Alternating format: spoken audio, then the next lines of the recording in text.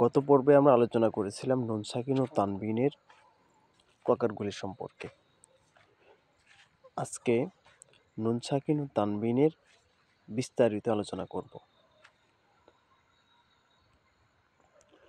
নুন সাকিন তানবিন 4 প্রকারে পড়তে হয়, সেটা আমরা জেনেছিলাম এবং কি মুখস্থকরণ শিখেছিলাম। আজকে বিস্তারিত আমরা প্রথমে ইকলাব সম্পর্কে আলোচনা করব। ইকলাবের হরফ হচ্ছে, আমরা শিখেছিলাম একটি। ইকলাবের হরফ একটি, সেটা কি? বা। তাহলে ইকলাব অর্থ পরিবর্তন করে পড়া। ইকলাবের হরফ একটি। নুন সাকিন অথবা তানবিনের বামে ইকলাবের হরফ বা থাকলে নুন সাকিন এবং তানবিনকে মিম দ্বারা পরিবর্তন করে গুন্না সহ পড়াকে ইকলাব বলে। আমরা উদাহরণের দিকে লক্ষ্য করি। আমরা যদি দেখি এখানে মিন বা আদি, তাহলে এটা এর পরে উপর ছোট্ট একটি মিম আমরা দেখতে পাচ্ছি। সেটা আসলে কিভাবে পড়ব? যখনই আমরা নুন সাকিন অথবা তানবিনের পরে বা হরফটি দেখব, তখনই আমরা এই নুন সাকিনকে মিম দ্বারা পরিবর্তন করে পড়ব। তাহলে কিভাবে পরিবর্তন করব? মিম বা আদি, মিম বা আদি। তখন এই নুনটা নুন থাকবে না, নুনটা মিম হয়ে যাবে। পরবর্তী উদাহরণটা আমরা লক্ষ্য করি। এখানে আমরা দেখতে পাচ্ছি খবিরন বা সির, আলাদা যদি পড়ি এভাবেই পড়তে হয়। আর যদি আমরা একসাথে মিলিয়ে যখন পড়ব, আমরা দেখতে পাচ্ছি খবিরন, রয়ের উপরে 2টি জবর অর্থাৎ তানউইন। এই তানউইনের পরে আমরা বা হরফ দেখতে পাচ্ছি। তাহলে এখানে আমরা গুন্না সহ এই তানবিনকে অর্থাৎ নুন সাকিনকে আমরা মিম দ্বারা পরিবর্তন করে পড়ব। যেখানে হওয়ার কথা ছিল খবিরন, এখানে খবিরন, রন না হয়ে মিম উচ্চারণ হবে। কি হবে তাহলে? খবিরম, খবিরম বাসীরা। আমরা এইভাবে প্রত্যেকটা উচ্চারণ ইকলাবের করে যাব। তাহলে আশা করি আমরা ইকলাব সম্পর্কে আমাদের আর কোনো দুর্বলতা থাকবে না ইনশাল্লাহ। পরবর্তী প্রকার ইদগম। আমরা জেনেছিলাম ইদগমকে 2 ভাগে ভাগ করা হয়েছে। ইদগমে বাগুন্না, ইদগমে বেলাগুন্না। ইদগম হচ্ছে, খেয়াল করি আমরা একটু লক্ষ্য করি। ইদগম অর্থ কি? ইদগমে বাগুন্না বা অর্থ শহীদ বাদ সাথে। কিসের সাথে? ইদগমে বাগুন্না অর্থ হচ্ছে গুন্নার সহিত মিলিয়ে পড়া, অর্থাৎ গুন্না দ্বারা পড়া, যেখানে গুন্না সহ পড়তে হবে। তাহলে ইদগমে বাগুন্নার হরফ হচ্ছে 4টি: ইয়া, মিম, ওয়াও, নুন। আর নুন সাকিন অথবা তানবিনের বামে ইদগমে বাগুন্নার হরফের যে কোনো একটি হরফ থাকলে বাগুন্নার হরফে তাসদিদ দিয়ে গুন্না সহ মিলিয়ে পড়াকে ইদগমে বাগুন্না বলে। আমরা উদাহরণের দিকে লক্ষ্য করি। আমরা এখানে দেখতে পাচ্ছি হাবলুন, এখানে হাবলুন, মিন, মাসাদ। যদি এখানে 3টা শব্দ আমরা যখন মিলিয়ে পড়ব, অর্থাৎ ইদগম করে পড়ব, ইদগম পড়ার সময় আমরা কীভাবে পড়ব লক্ষ্য করি। তাহলে হাবলুন, হাবলুনটা কি হবে? যখন আমরা দেখতে পাচ্ছি তানউইনের পরে মিম আসছে, এই মিমটা হচ্ছে আমাদের ইদগমে বাগুন্নার হরফ। তাহলে এখানে আমরা মিলিয়ে পড়ব। কিসের সাথে মিলিয়ে পড়ব? গুন্নার সাথে মিলিয়ে পড়ব। এখানে অবশ্যই গুন্না সহ মিলিয়ে আমাদের পড়তে হবে। তাহলে হাবলুম মিম মাসাদ, একবার শুদ্ধ উচ্চারণটাকে যদি আমরা করে পড়ি, হাবলুম মিম মাসাদ। আবার বলি হাবলুম। এখানে গুন্না কেন করব আমরা? অর্থাৎ এখানে তানউইনের পরে ইকলাবে, অর্থাৎ দুঃখিত, তানবিনের পরে ইদগমের গুন্না আমাদের আসছে।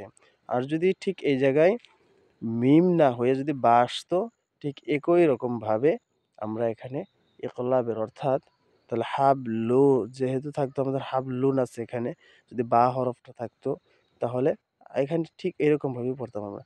হাবলুম বিম, হাবলুম বিম, কিন্তু যেহেতু আমাদের এখানে ইদগামে বাগুন্নার আলোচনা হচ্ছে, তাহলে আমরা পড়ব হাবলুম মিম মাসাদ। পরবর্তীতে লক্ষ্য করি, আমরা এখানে দেখতে পাচ্ছি লাহাবিন ওয়াতাব্বা, সূরা লাহাবের অংশ। দুইটা অংশ যখন আমরা একসাথে মিলাবো, আমরা বার নিচে দেখতে পাচ্ছি তানবিন, আবার এর বাম পাশে একটা ওয়াও দেখতে পাচ্ছি। এই ওয়াওটা হচ্ছে আমাদের ইদগামে বাগুন্নার হরফ। তাহলে কিভাবে পড়বো? লাহাবিউ, অবশ্যই গুন্নার সাথে মিলিয়ে পড়বো।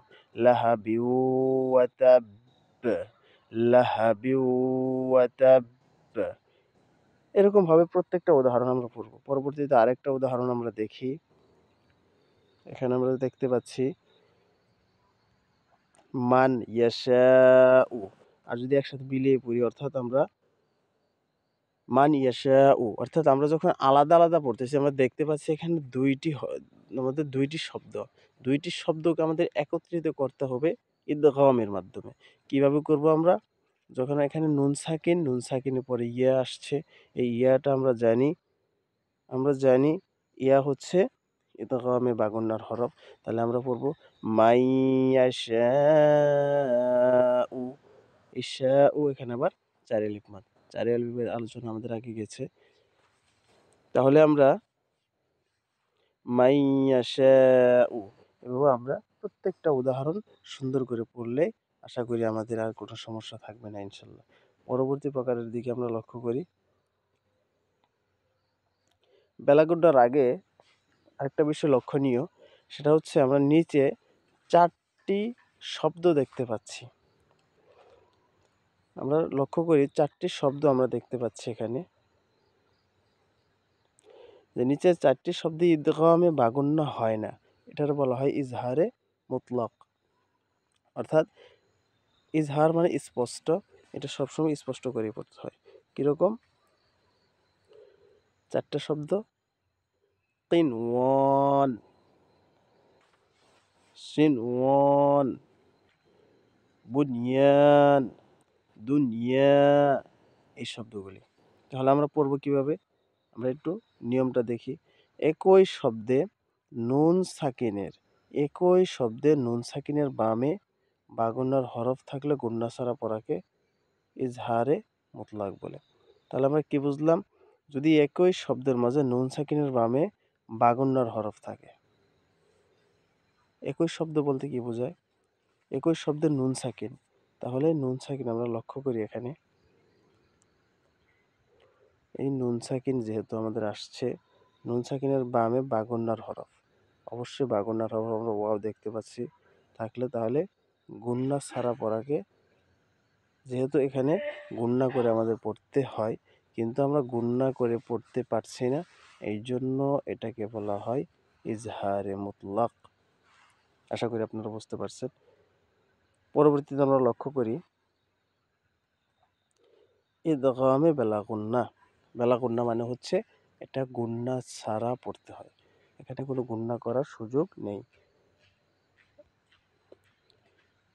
ইদগামে বেলাগুন্না অর্থ গুন্না ছাড়া মিলিয়ে পড়া। ইদগামে বেলাগুন্নার হরফ হচ্ছে দুটি, নুন সাকিন অথবা তানবিনের বামে ইদগামে বেলাগুন্নার হরফ দুটি যদি থাকে, তাহলে কি করতে হবে? যে কোনো একটি হরফ থাকলে সেটা বেলাগুন্না অর্থাৎ গুন্না ছাড়া আমাদের তাসদিদ দিয়ে মিলিয়ে পড়তে হবে। উদাহরণ দেখি আমরা।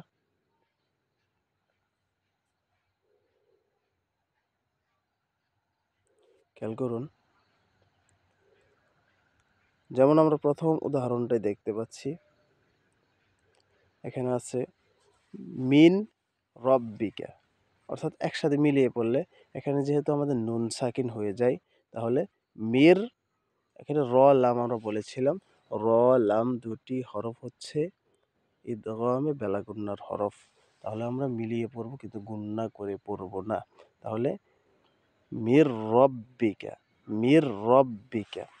পরবর্তীতে দেখি আবার,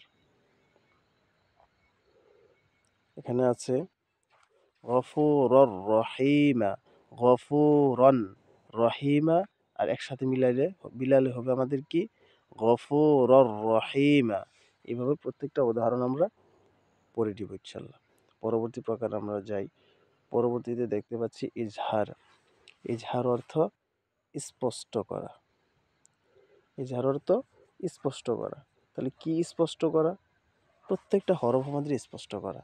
এরকম স্পষ্ট করার হরফ আমরা আগে মুখস্থ করেছি ৬টি। হামজা হা, আইন হা, গইন খ। নুন সাকিন বা তানবিনের বামে ইজহারের ৬ হরফের যে কোনো এক হরফ থাকলে নুন সাকিন এবং তানবিনকে গুন্না ছাড়া স্পষ্ট করে পড়াকে ইজহার বলে। উদাহরণ দিলে আমরা খুব সুন্দরভাবে বুঝতে পারবো ইনশাল্লাহ।